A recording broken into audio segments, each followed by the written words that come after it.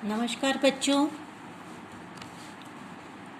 मैं आपकी मनोविज्ञान की मैडम विभा मैडम बोल रही हूँ। इसके पूर्व पार्ट 1 में मनोविज्ञान विषय में पार्ट 1 में आपने न्यूरॉन की परिभाषा, उसकी संरचना के बारे में आपने पढ़ा था, जो चित्र के साथ मैंने आप लोगों को अपने पहले वीडियो में समझाया था। आज हम स्नायु अथवा न्यूरॉन के प्रकार के बारे में आप लोगों को बताएंगे। स्नायु तंत्र में स्नायु या न्यूरॉन का विशेष महत्व एवं भूमिका है। स्नायु तंत्र में विभिन्न प्रकार के स्नायु अथवा न्यूरॉन पाए जाते हैं।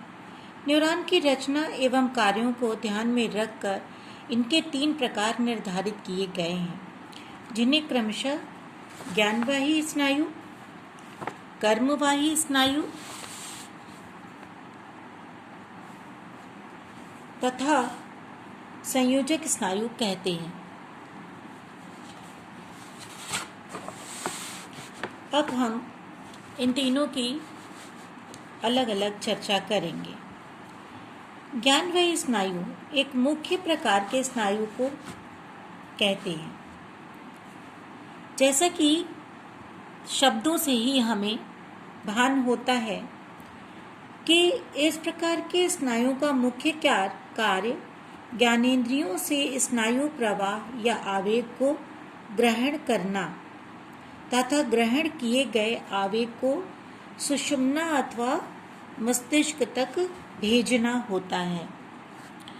जब भी कोई बाहरी उद्दीपक हमारे समक्ष आता है तो ग्राहक जो इंद्रियां होती हैं उसके अंदर जो ज्ञानवाही स्नायु होते हैं वो क्या हो जाते हैं बच्चों, जागृत हो जाते हैं। उसमें प्रवाह हो जाता है, प्रारंभ हो जाता है। तो उसमें वृक्ष तंतु के माध्यम से आवेग ग्रहण किए जाते हैं।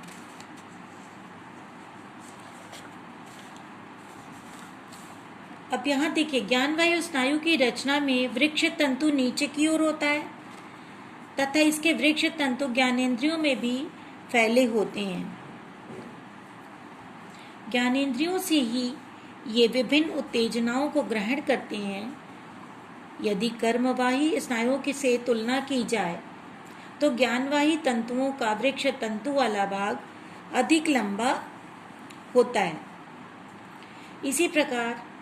इस प्रकार के स्नायुओं के अक्ष तंतु वाले भाग में भी शाखाओं की संख्या अन्य प्रकार के तंतुओं की तुलना में काफी अधिक होती है।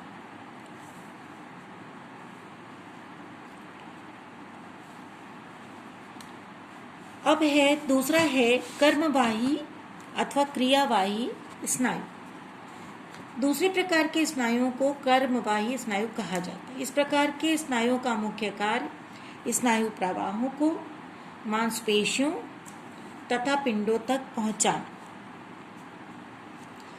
कर्मवाही स्नायु की रचना में स्नायु का जीवकोश नामक भाग ऊपरी सिरे पर पाया जाता है। बच्चों देख रहे हैं आप, यह एक भाग है। इसी भाग से वृक्ष तंतु की ग्राही शाखाएं भी निकलती हैं। इस स्नायु के जीवकोश के दूसरी ओर के भाग से लंबा अक्ष तंतु निकला होता है जो मांसपेशियों तक जाता है। इस प्रकार के स्नायुओं के अक्ष तंतु वाले भाग में शाखाओं की संख्या ज्ञानवाही की तुलना में बहुत कम होती है। यहाँ पर शाखाओं की संख्या नहीं दिखाई दे रही है बच्चों। इसमें यही हमको समझना है कि ज्ञानवाही से जो भी सूचनाएं कर्मवाही को, ये ज्ञानवाही की सूचनाएं जो हैं प्रवाहित होती हैं और वो अंगों तक भेज दी जाती हैं।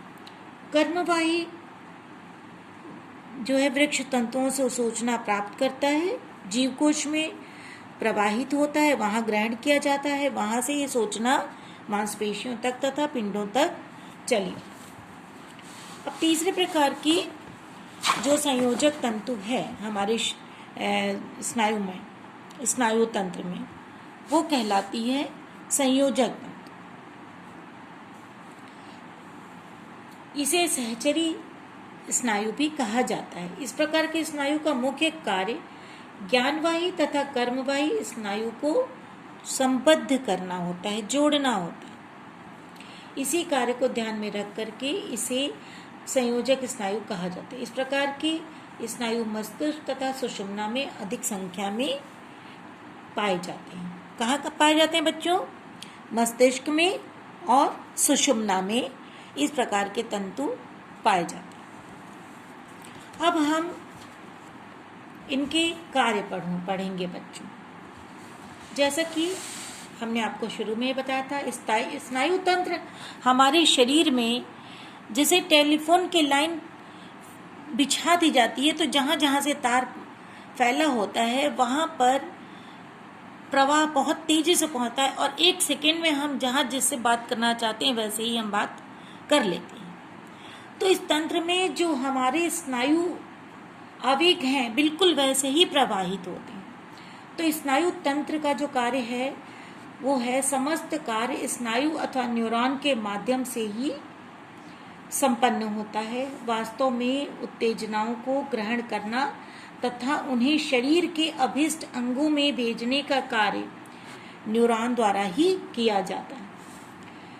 व्यवहार में हम कह सकते हैं कि जब कोई बाह्य उत्तेजना उपस्थित होती है